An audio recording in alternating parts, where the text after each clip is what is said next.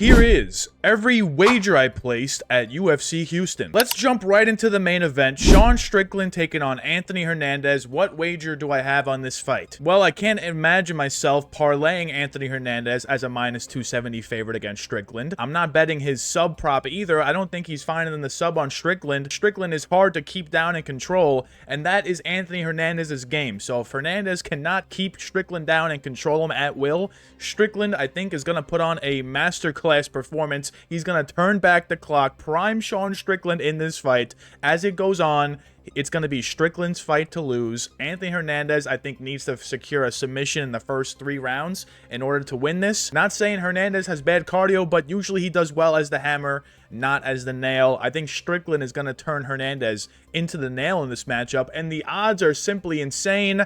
I'm going with Sean Strickland by late round KO, and the wager is going to be 2 units on Sean Strickland, plus 235. That price tag is just simply insane. I gotta throw more than 1 unit on it. Sean Strickland, I don't think should be plus 230.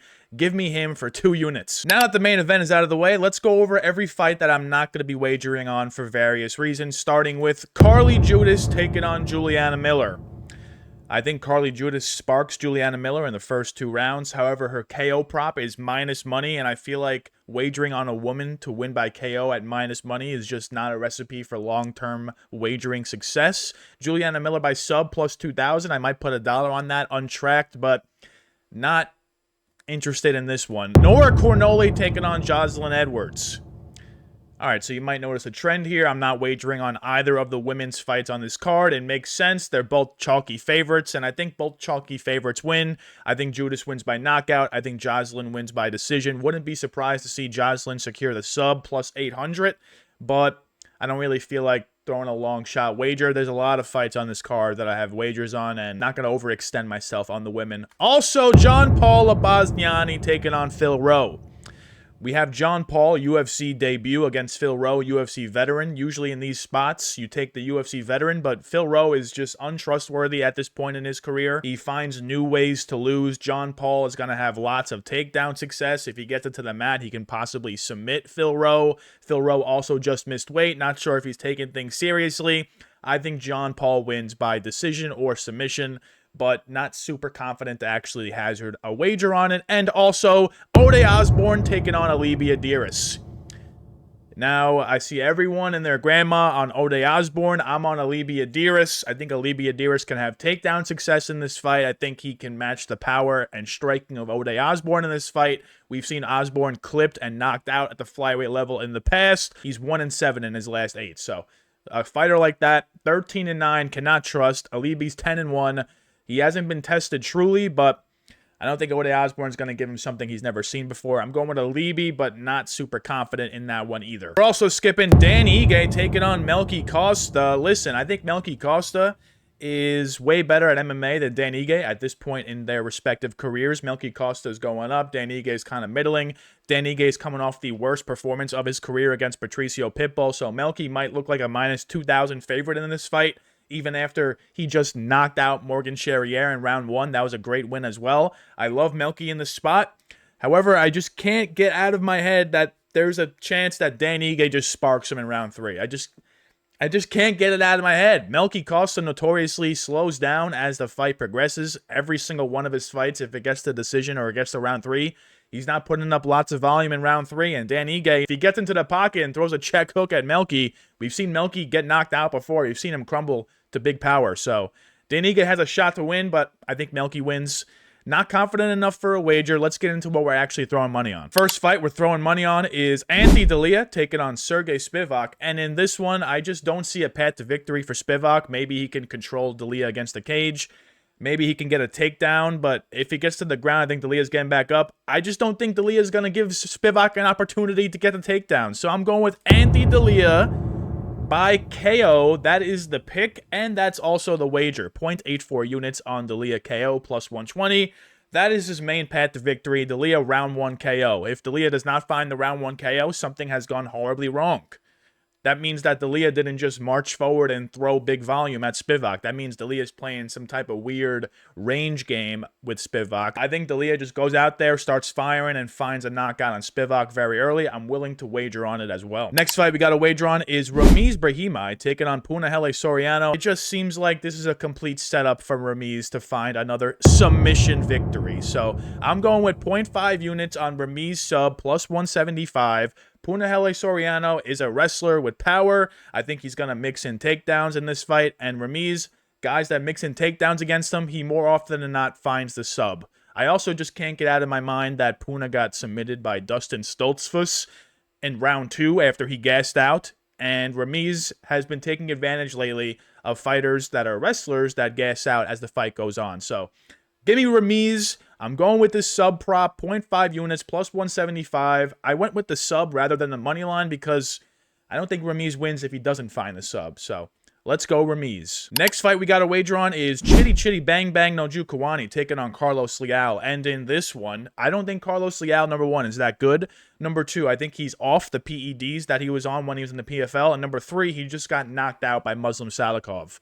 So Chidi Njokuani, way bigger, way taller, way longer, should be able to piece up Carlos Leal at range. If it gets into the close spots, Chidi has a savage clinch that he can just throw knees and elbows against Leal. And if it goes against the cage, that is kind of where Chidi likes to live, just holding people against the cage. So I'm going with Chidi Njokuani by KO in the second round. I got 0.92 units on Chidi moneyline plus 110.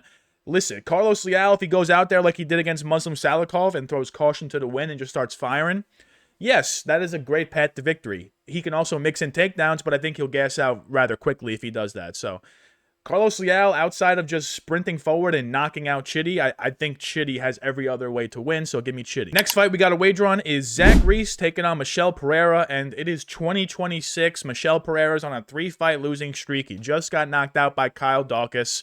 I no longer know what Michel Pereira can do in the octagon.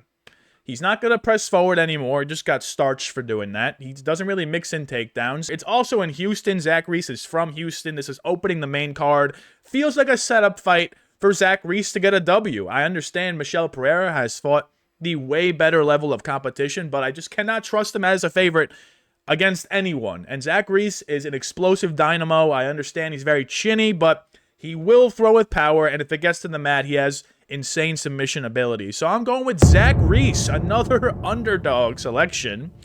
I'm going with him by sub. Wouldn't be surprised to see a knockout or even decision. So we got 0.78 units on Zach Reese moneyline plus 130. It's not my best wager. You know, Zach Reese, trusting him is never a good idea. But at plus money against a guy that might just not be interested in fighting anymore, I will take the shot on the hometown dog. Next fight we got to wager on is Jacoby Smith taking on Josiah Harrell. And listen, I don't have a great breakdown for this. I don't. We have two 11-0 guys, so I'm going with the plus money. Josiah Harrell, plus 250, 0.4 units on his money line. I just don't think Jacoby Smith has been tested truly at the UFC level.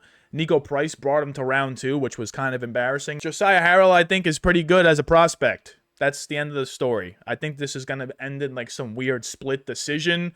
Maybe Jacoby Smith wins, but plus 250 for an undefeated guy going against a very green prospect. I'll take the shot. Next fight we got to wager on is Jeff Neal taking on Uros Medic. And Uros Medic has never been to decision. He fights the same way every single fight. He moves forward, throws with caution to the wind, throws with no regard.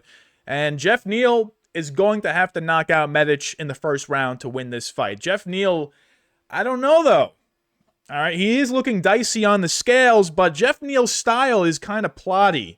He doesn't really like have lateral movement. He kind of stays in the pocket. Uros Medic, he does have a shorter reach, but he's kind of longer than Jeff Neal. He fights longer. He throws with longer combinations. And I just think Uros Medic is also more athletic than Jeff Neal. I don't really know a good Jeff Neal win outside of, what, RDA, and he was minus 500, and that was like a fluke leg injury. Uros Medic is not going to just get backed down by Jeff Neal. He's going to throw with power. He's going to be in Jeff Neal's face. Yes, great chance Medic gets knocked out. He's been knocked down and knocked out before. We've seen it. But Jeff Neal coming off a KO loss not too long ago. Might fight hesitantly. If he fights hesitantly, Uros Medic is going to win. So I'm going with Uros Medic by KO. I'm going with this money line for the wager. 0.58 units. I'm plus 176. Jeff Neal, I understand. His resume is way better. He's been in the UFC for way longer. Medic has not fought anyone close to the level of Jeff Neal, but the nature of this fight is it's going to end in knockout early. And Medic, I'll trust his power in this one. And we do have one parlay for you, with the first leg being Yadier Del Valle taking on Jordan Levitt. I'm going with Yadier Del Valle money line. I think he can find the knockout on the feet. I think he can submit Levitt on the ground. I think he can get Levitt to the ground and knock him out with ground and pound. And I also think there's an outside chance Levitt can survive and Del Valle wins a decision. So literally every single path to victory available for Del Valle in this one. So I'm throwing his money line in a parlay. And we're pairing him up with Alden Coria taking on Luis Garule. Not sure what Luis Garule is good at. Alden Coria, 4 finishes in a row as a flyweight, one of them being in the UFC against a ranked contender. I'm trusting Alden Coria to move forward, press the pocket, get takedowns, and either submit or knock out Luis Garule. He can also win by decision. So if you want to take Yadier and Alden by finish, you can do that, but I'm going a little safer, 3.2 units, minus 160 on both of their money lines. And the Finz Hammerlock, my weekly most confident underdog take of the card. As you guys can tell, I have a lot of underdogs picked and wagered on for this entire card. And my most confident one, the one I have the biggest wager on, is Sean Strickland, plus 235. Listen, I just... if this loses, it's going to be cinema, because the only way this loses is if Strickland gets submitted, and if Strickland gets submitted, that means Anthony Hernandez is a serious contender for Khamzat. So I would actually be happy to see that. I would be happy to lose.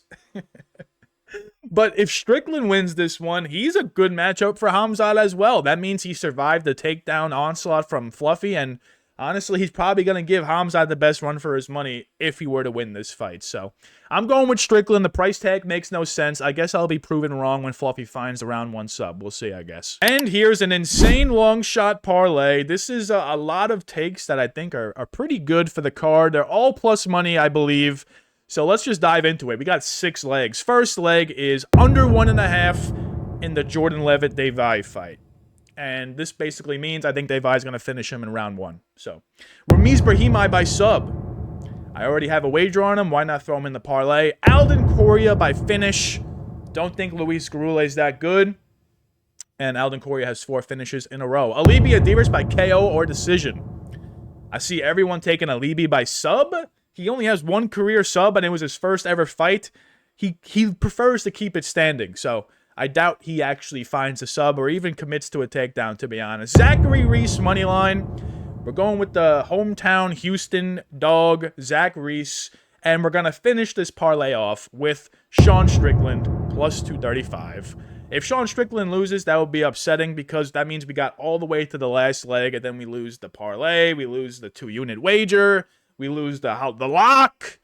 But I don't know. I'm fairly confident this week on my picks and my wagers. A lot of plus money, a lot of props, a lot of parlays. Let me know in the comments what your favorite wager is for UFC Houston. If it hits, I'll shout you out in next week's video. People just don't comment the wagers, so I have nothing to say regarding last week's wager video. No one really said anything. So yeah, make sure you leave a like, comment, subscribe. Have a great rest of your day. Let's enjoy the card tomorrow, you savage.